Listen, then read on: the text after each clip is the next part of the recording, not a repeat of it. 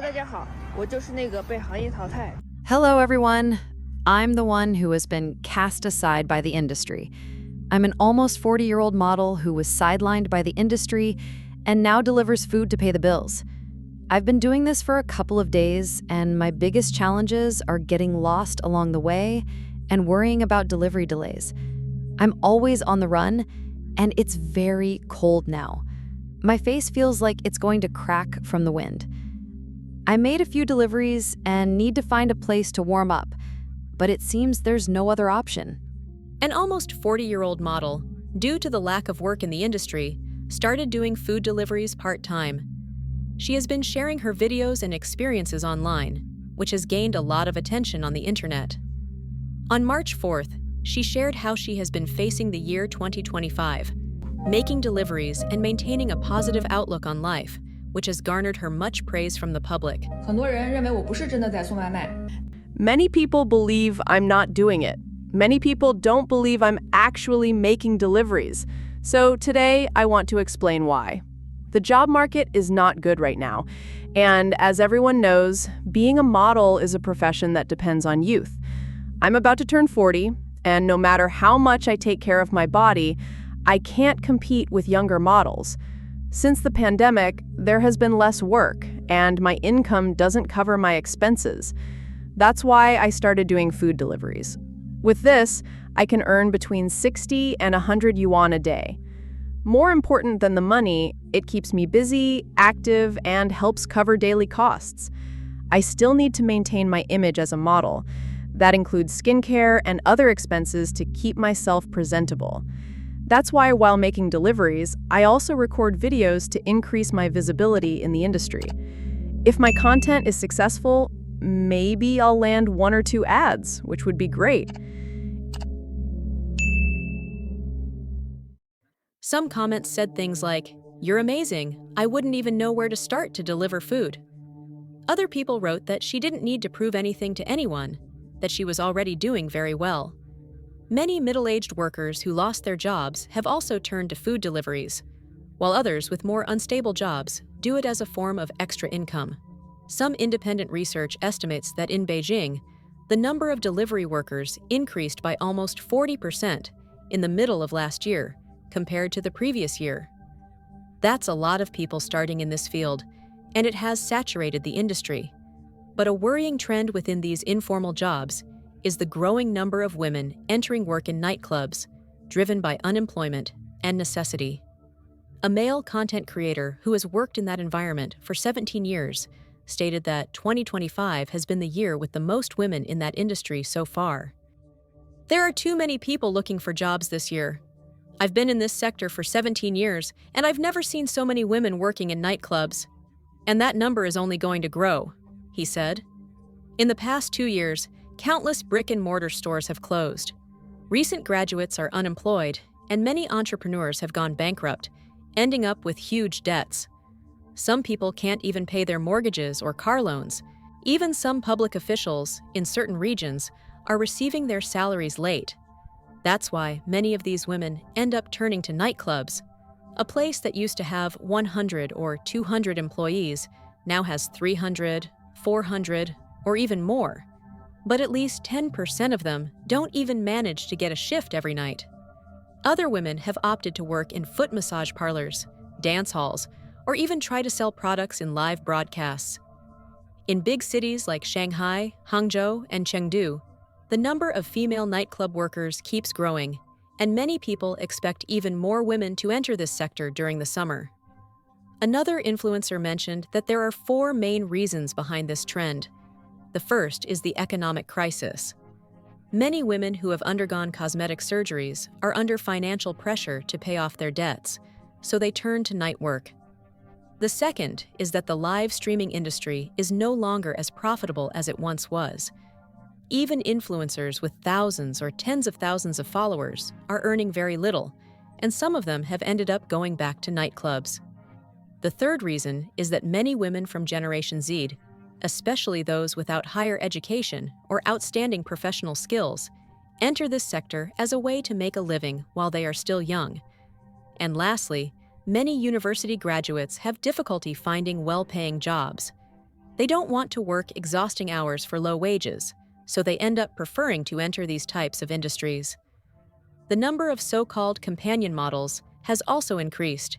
Young women who claim to work as models or actresses, but are practically involved in these kinds of activities. An influencer who helps students move from China to Singapore recently shared the case of a very particular client. She said she met a high-end escort from Shanghai who wanted to move to Singapore as a student, with the intention of making more money. Recently, I met a young woman who was interested in studying in Singapore. She was incredibly beautiful, wore expensive designer clothes, and had a very confident demeanor. At first, I thought she was a wealthy heiress from Jiangsu or Shanghai, someone with family connections who just wanted an international degree for status. But the questions she asked me had nothing to do with those of an ordinary student. Instead of inquiring about universities or academic programs, she wanted to know about opportunities to make money in Singapore, the average salaries of the local population, and even if the students there were usually attractive. The most shocking part was when she asked me if I knew anyone who could alter the birth date on official documents. It was then that I understood her intentions were not precisely academic. Later, I investigated and discovered that she was actually a high-end escort model from Shanghai. With several plastic surgeries and a marked charisma, she projected an image of wealth and sophistication. And I realized that many women like her are starting to look towards Singapore, where it is said that one can earn between 20,000 and 30,000 yuan per night.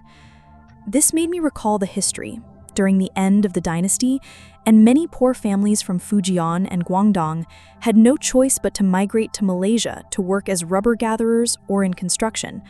But now those going abroad are no longer poor workers, but self-made models from Jiangsu, Zhejiang, and Shanghai, who use student visas as a facade to enter the luxury escort market.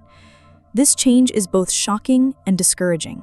I found some comments saying that China worries about poverty, but turns a blind eye to prostitution.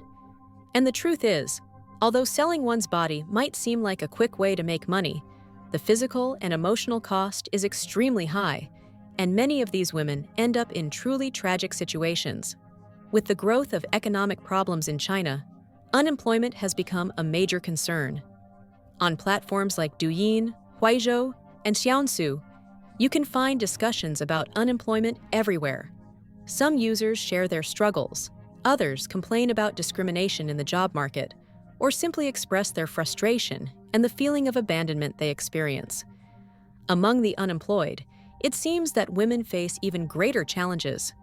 Many posts on social media detail the obstacles faced by Chinese women, whether as entrepreneurs or even as employees. One of them pointed out that 35 has become a sort of cutoff age for women seeking employment. When a woman turns 35, it's as if she's breaking an unwritten rule. We, women, are the strongest group that exists. We balance work, family responsibilities, relationships, and on top of that, we take care of our children. We can hold a thermometer in one hand while making a PowerPoint presentation with the other. But when we look for a job, even female recruiters only look at us with empathy and never call back. Another woman in Wenzhou also warned about her job search. Since last week, I only got one interview. I checked all the job platforms several times, but there are hardly any vacancies. I sent a lot of resumes, but they don't read them, and I never get a response. I started to wonder if my applications were really going through. So this morning, I paid 68 yuan for a premium job search subscription, but still received no response. The job descriptions are ridiculous. They want this, that, and much more, but good luck finding a vacancy with decent benefits or even weekends off. What happened to this job market? And another woman, walking down the street, ends up bursting into tears.